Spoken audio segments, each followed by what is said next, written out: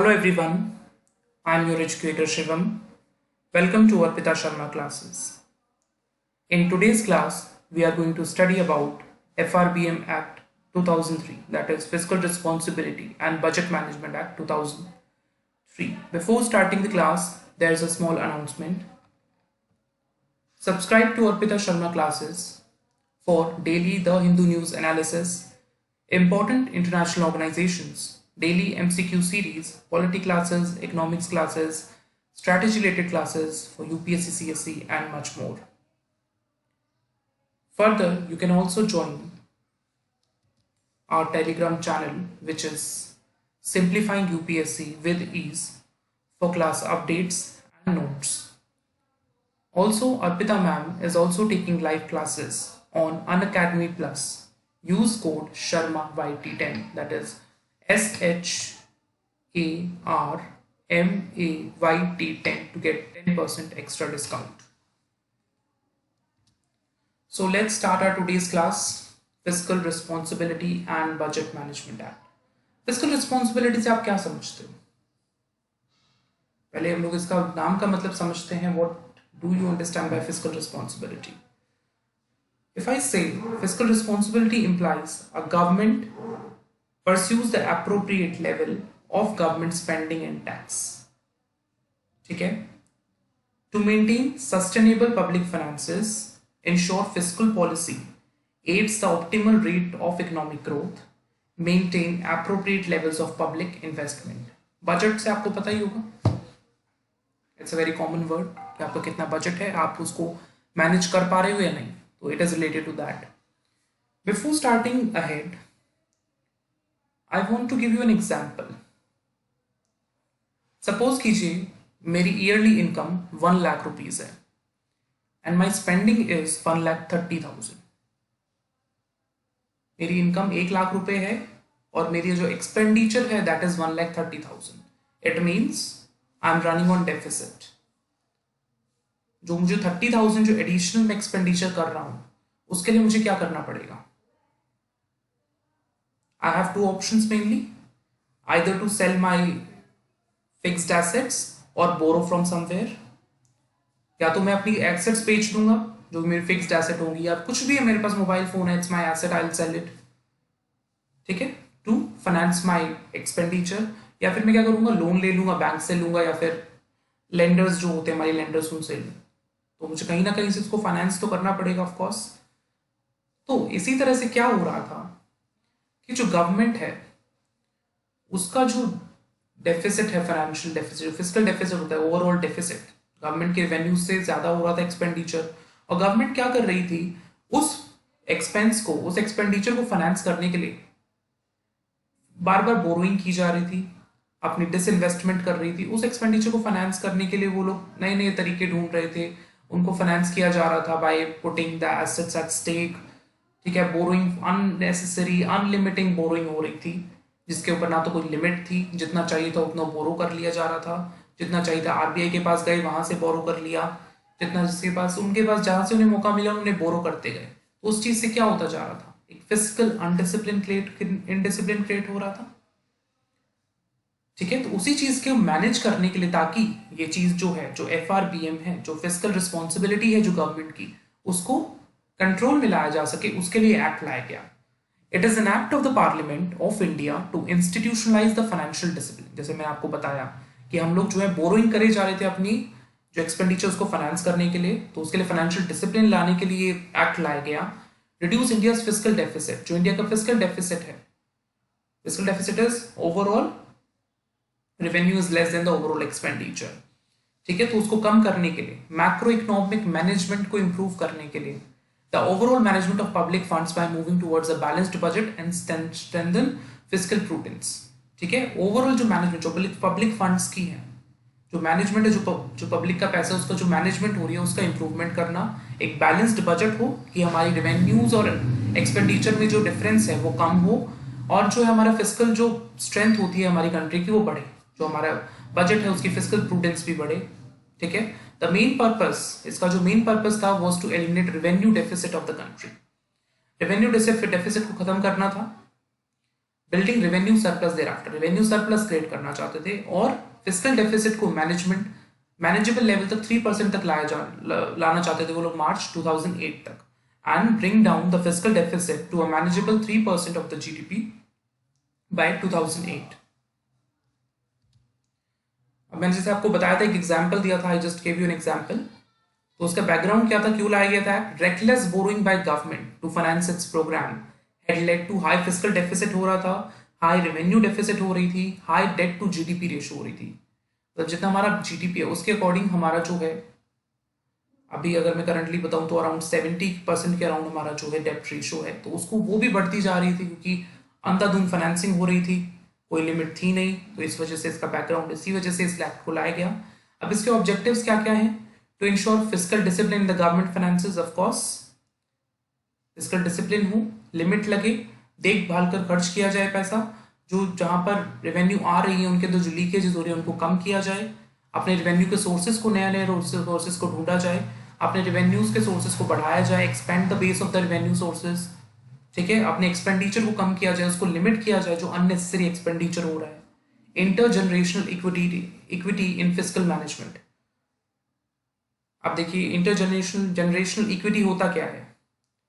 It applies to distribution of income and wealth over generation, ठीक है। शायद आप लोग, मुझे लगता है समझ नहीं आया है, लेकिन इसका मतलब यही है कि government should operate in such a way that it does not disadvantage the future generation.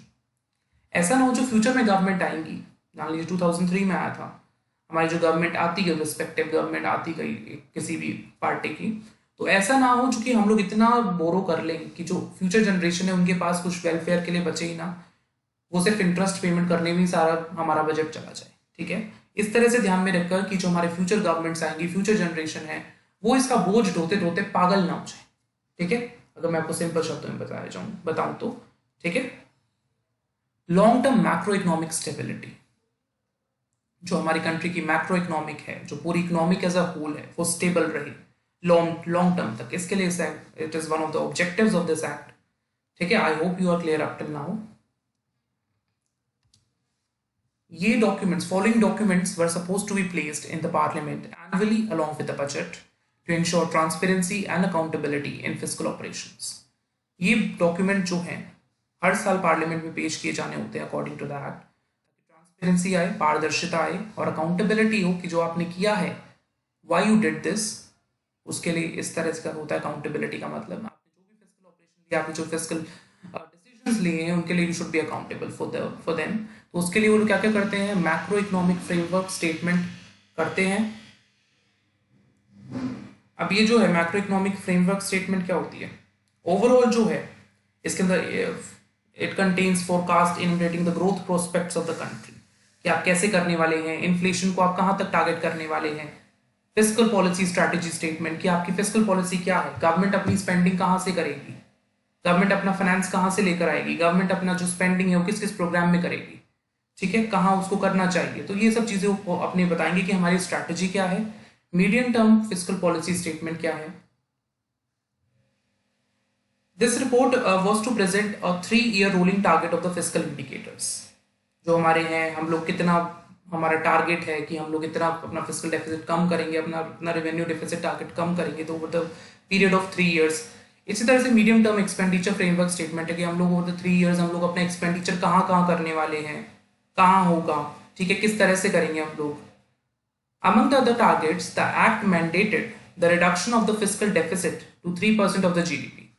जैसे मैंने आपको बताया था इसका टारगेट क्या था कि हमारा जो फिस्कल डेफिसिट है that should come down to 3% of the GDP, जो कि इनिशियल गोल था बाय 31 मार्च 2008 तक, लेकिन इसको 2008 से पोस्टपोन किया जा रहा है, ठीक है। तो द मोस्ट रीसेंट अभी जो करा गया है दैट इज 3.1% हमारा टारगेट है फॉर 2023 के लिए, ठीक है। एफआरबीएम एक्ट जो है ये कहता है कि central government shall not borrow from RBI except by ways of means and advances to meet temporary excess of cash disbursements over cash receipts। पहले क्या होता था? सेंट्रल गवर्नमेंट को कभी पैसे की जरूरत पड़ी, सीधा आरबीआई के पास गए, it is a banker to the central government, उसके पास गए, पैसा लिया, आ गए, अपना खर्च किया, ठीक है। लेकिन अब क्या होता है? अब उन्होंने कहा है कि आप लोग इस तरह बोरो नहीं कर सकते हो RBI. The mechanism which you were following ठीक है, वो आप नहीं फॉलो करोगे। आप सिर्फ ways of means and advances, जो शॉर्ट टर्म क्रेडिट फैसिलिटी होती है बाय द आरबीआई, उसी उसी को यूज कर सकते हो अपने टेम्पररी एक्सेस जो हो रहा है आपका कैश डिस्बर्समेंट्स और रिसीट्स के बीच में। ठीक है,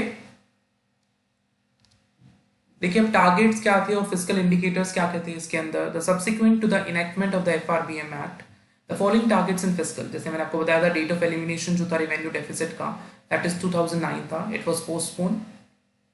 ठीक है, 31 मार्च 2008 को लेकर इसे पोस्टपोन कर दिया गया था। और इन्होंने बोला था कि जब आप 2004 से लेकर आप लोग जो 0.5% एनुअल रिडक्शन करेंगे तो आप उस टारगेट तक पहुंच जाएंगे, जो उन्होंने सजेस्ट किया था एक्ट के द्वारा जो बताया गया था। फिस्कल डेफिसिट उन्होंने बोला था कि आप सीलिंग लगा दीजिए 3% ऑफ द जीडीपी बाय 31 मार्च, और मिनिमम एनुअल रिडक्शन आप कीजिए 0.3% ऑफ द जीडीपी। देखिए अब FRBM act and the state government to ensure that states too are financially prudent. देखो आपको पता होगा शायद इतनी ज़्यादा स्टेट्स जो हैं इतने ज़्यादा फाइनेंशियल डेप्ट के अंदर हैं। आप महाराष्ट्र देख लीजिए, आप मध्य प्रदेश देख लीजिए, क्योंकि इतने ज़्यादा आप वो लोग क्या होते हैं, जैसे फार्म लोन वेवर स्कीम है उससे बहुत ज़्यादा अंडर डेप्ट आ जाते हैं। अभी शायद कुछ टाइम पहले न्यूज़ आई थी, जो मध्य प्रदेश में जब नई गवर्नमेंट फॉर्म हुई थी कि 90 तो बजट वो लोग ऑलरेडी स्पेंड कर चुके हैं। तो इस वजह से बहुत सारी स्टेट्स जो है अंडर वेरी उनकी बहुत ही ज़्यादा टफ फाइनेंशियल सिचुएशन है, और सारी गवर्नमेंट का ये हाल है जितनी भी स्टेट गवर्नमेंट है। तो उसी के लिए जो है उन्होंने बोला कि स्टेट्स को भी फाइनेंशियली प्रूडेंट होना चाहिए, उन्हें भी फाइनेंशियली स्ट्रांग होना चाहिए। तो जो 12th फाइनेंस कमीशन आई थी उसने कहा था कि 2004 में कि इनका जो डेप्ट रिलीफ है, जो उनको डेप्ट रिलीफ मिलता है, जो वो लोग बोरो करते हैं स्टेट्स को, वो उनके जब वो उनको जो है उसके हिसाब से लिंक किया जाना चाहिए, उनके सिमिलर लॉ के हिसाब से। The states have since enacted their own, उन्होंने अपनी भी फाइनेंशियल रिस्पॉन्सिबिलिटी लेजिस्लेशन इनेक्ट किए हैं, जिन्होंने टारगेट सेट किया है 3% of the gross state domestic product cap on their annual budget deficit में, उन्होंने भी ये कैप लगाई है। तो इसी तरह से उन्होंने कहा जितना उन्होंने टारगेट सेट किया है उसी के अकॉर्डिंग उनको जो है आप उतना ही वो लोग बोरो कर सकते हैं। अभी आप लोग देखेंगे रिसेंटली केरला गवर्नमेंट ने जो है अपनी स्टेट में 20,000 करोड़ का रिलीफ पैकेज डिक्लेयर किया था, लेकिन उसके अंदर उन्होंने बोला है कि हम लोग 12,500 we are going to borrow. ठीक है, तो उसमें उन्होंने कहा था सेंट्रल गवर्नमेंट की हमें थोड़ा सा रिलीफ मिलना चाहिए इसके अंदर। तो आप देखेंगे जितना उनका टारगेट था, जिसको फिस्कल डेफिसिट था, उसके अकॉर्डिंगली वो लोग जो है बोरो कर सकते हैं उतना ही। उनका जो कैपेसिटी है to borrow according to the fiscal law that is 25,000 crore, और वो लोग आधा जो है उसका 12,500 करोड़ वो लोग अभी ले रहे हैं अप्रैल मई में, और अभी तो है जो ईयर 10 मंथ्स और पड़े हैं।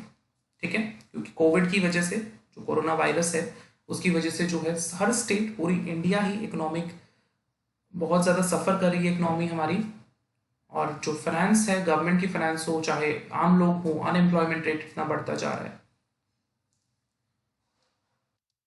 अब इसके अंदर रिलैक्सेशंस भी हैं, एस्केप क्लॉज है कि मतलब आप जो ये टारगेट है इससे आप एस्केप कर सकते हैं। एस्केप मतलब होता है ना भागना एक तरह से।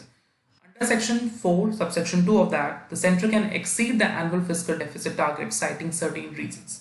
वो एक्सीड कर सकते हैं एनुअल फिस्कल टारगेट जो होता है, जैसे हमारा टारगेट हमने रखा मान लीजिए 4% और हमारा हो गया 4.5, तो आप कर सकते हैं escape by citing these reasons. Let's see what are the reasons. National security और वॉर, नेशनल कैलेमिटी, अभी जो है मुझे लगता है ये लोग दे आर कंसीडरिंग द कोविड-19 as national calamity. Collapse of agriculture, structural reforms जैसे जीएसटी के लिए अब अभी जो है उन्होंने टारगेट किया था रिसेंटली, तो इस तरह के आपने कोई टैक्स में लॉज में चेंजेस ला दिए हैं, इस तरह से स्ट्रक्चरल रिफॉर्म्स होते हैं। Decline in real output growth of a quarter by at least 3 percentage points below the average of the previous 4 quarters, आपकी रियल आउटपुट ग्रोथ जो है वो कॉन्ट्रैक्ट हो रही है, मतलब कम हो रही है। The lockdown could cause severe contraction in economic output and the COVID-19 pandemic could be considered as a national calamity, इसको consider किया जा सकता है। Also the government ने पहले ही इस clause का जो है इस साल यूज कर लिया है। ठीक है, अब एफआरबीएम नॉर्म्स के अंदर कब कब पास्ट में रिलैक्सेशन दिया गया है, थोड़ा सा कुछ दिया हुआ है, मैंने आपको बताया डेटा। मोस्ट सिग्निफिकेंट वन था जो 2008-9 में जो ग्लोबल फाइनेंशियल क्राइसिस के टाइम पे था, जब सेंटर का जो फिस्कल स्टिमुलस लाने के लिए उनका जो फिस्कल डेफिसिट जो था वो 6.2% ऑफ द जीडीपी हो गया था from a budgeted goal of 2.7%। आप लोग देख रहे हैं ना, एक पॉइंट 0 पॉइंट बढ़ने से इतना थाउजेंड्स ऑफ करोड़ का नुकसान होता है।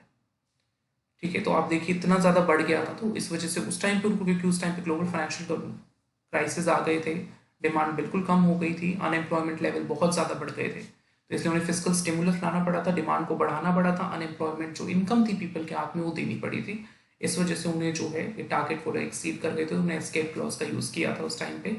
Simultaneously, the deficit goals for the states too were relaxed to 3.5% of the GDP 2008-9 में, 4% 2009-10 में स्टेट के लिए भी किया गया था। अभी रिसेंट बजट जो था 2021 में reductions in corporate tax was considered structural reforms.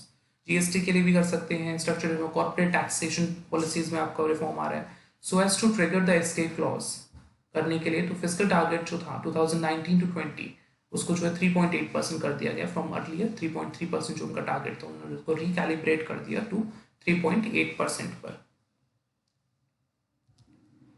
फिर उसके बाद 2017 में इसने रिपोर्ट दी थी, एक एफआरबीएम रिव्यू कमेटी बनाई थी 2016 में, and that was proposed in the budget of that 2016।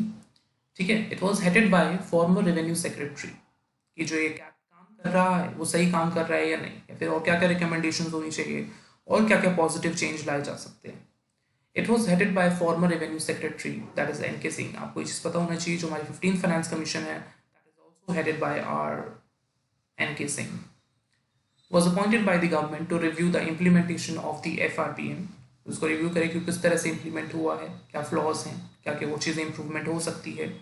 In its report submitted in January 2017, titled The Committee in its Responsible Growth, a Debt and Fiscal Framework for 21st Century, the committee suggests that a rule-based fiscal policy by limiting government debt, एक rule-based fiscal policy होनी चाहिए, rules होने चाहिए कि आपको इस तरह से आपको फिजिकल पॉलिसी डिजाइन करनी है। फिजिकल डेफिसिट और रेवेन्यू डेफिसिट को जो सर्टेन टारगेट पर होने चाहिए, is good for physical consolidation in India. तो फिजिकल डेफिसिट थोड़ा सा होना चाहिए, ऐसा नहीं बिल्कुल ही हो रहा है और लिमिटलेस हो रहा है, लेकिन एक सर्टेन टारगेट तक। अगर मैं आपको बताऊं, बहुत सारी जो डेवलप्ड कंट्रीज हैं वो भी डेफिसिट में रन करती है, ठीक है, तो इसीलिए वो कहते हैं गुड है, it's a good for physical consolidation in India. इसकी कुछ रिकमेंडेशन है, इन्होंने बोला जैसे पब्लिक टू जीडीपी रेशियो जो है should be considered as a medium term anchor for fiscal policy in India। जो डेट टू जीडीपी रेशियो है उसको कंसीडर करके आप अपनी पॉलिसीज को डिजाइन कीजिए ना, ठीक है। The combined debt to GDP ratio of the centre and the state should be brought down to 60%। क्योंकि combined GDP debt to ratio है वो 2023 तक 60% तक आनी चाहिए, जिसके अंदर 40% जो है वो सेंटर के लिए है, 20% स्टेट्स के लिए, और जो अगेंस्ट जो एग्जिस्टिंग उस टाइम पे थी 49.4% for the centre and 21% for the states, ठीक है। The centre should reduce it's physical deficit from the current 3.5% से, ठीक है, टू 2.5% बाय 2023। उनको जो करंट फिजिकल डेफिसिट था 2017 में 3.5, उससे 2.5 करना है by 2023। That was the recommendation. The committee said, उन्होंने कहा था कि 0.5% as escape clause for fiscal deficit target to adjust with cyclical fluctuations. उन्हें कहा था एवरी ईयर मान लीजिए आपका टारगेट 3.5%, अगर 4% हो जाता है then this should be considered as escape clause, ठीक है। जो साइक्लिकल फ्लक्चुएशंस होते हैं बिजनेस से रिलेटेड, इकोनॉमी से रिलेटेड, उसके कारण अगर हो जाता है तो you can consider as okay. The central government should reduce its revenue deficit, अपने जो है रेवेन्यू से वो धीरे धीरे कम करते जाएं, स्टडी लगातार कम करें by 0.25% of the GDP points each year, मतलब 0.25% टू रीच 0.8 बाय 2023। लोग चाहते हैं कि 0.8 ही रहे हमारा टोटल रेवेन्यू और deficit by 2023 from a projected value, जो कि प्रोजेक्टेड वैल्यू थी 2017 में 2.3% से। उन्होंने ये भी कहा है कि एक फिजिकल काउंसिल हो, it suggested the setting up of a physical council, an independent body which will be tasked with monitoring the government's fiscal announcement for any given year। Physical council हो, गवर्नमेंट को suggest करे, उनके जो physical announcements हैं उसको monitor करे, ठीक है। इस चीज़ के लिए फिजिकल काउंसिल को एस्टेब्लिशमेंट करने के लिए उन्होंने बोला था। अभी एक प्रीवियस ईयर क्वेश्चन है, I think that is asked in 2018, so let's read the question. The Fiscal Responsibility and Budget Management (FRBM) Review Committee report has recommended a debt to GDP ratio of 60% for the general, that is combined government by 2023, central और state की मिलाकर, comprising 40% for the central government and 20% for the state government. Is it true or false? मैंने आपको just पढ़ाया है, this is true. इसी ऐसे ही बोला गया था, कमेटी की जो रिकमेंडेशन थी उन्होंने यही कहा था कि आपका डेट टू जीडीपी रेशो 60% होना चाहिए, combining central and state government, ठीक है, जिसमें share of central government should be 40% and the states should be 20%, ठीक है। तो this statement is correct. Let's read the second statement. The central government has domestic liabilities of 21% of GDP as compared to 49% of GDP of the state governments. Is it true or false? देखिए basically इन्होंने क्या किया था उस time पे, दे exchange the data, जिसमें था कि सेंट्रल गवर्नमेंट की जो डोमेस्टिक लाइबिलिटीज हैं वो 49% ऑफ द जीडीपी हैं, और जो स्टेट गवर्नमेंट की लाइबिलिटीज हैं that is 21% of the GDP, ठीक है। So this is wrong, this is false statement. Let's read the next statement, that is third one. As per the Constitution of India, it is mandatory for a state to take the central government's consent for raising any loan if the former owes any outstanding liabilities to the latter. So, is it true or false? इसमें बताया गया कि constitution of India के हिसाब से ये mandatory एक state के लिए है कि वो सेंट्रल गवर्नमेंट की कंसेंट ले, उनकी परमिशन ले टू रेज एनी लोन, अगर उनका कोई भी आउटस्टैंडिंग लाइबिलिटीज जो है सेंट्रल गवर्नमेंट के प्रति रहती है स्टेट गवर्नमेंट की, तो उन्हें उनकी कंसेंट लेनी पड़ेगी, एंड दैट इज ट्रू। तो इसका आंसर क्या हो जाएगा यहाँ पर 1 and 3। Thank you so much.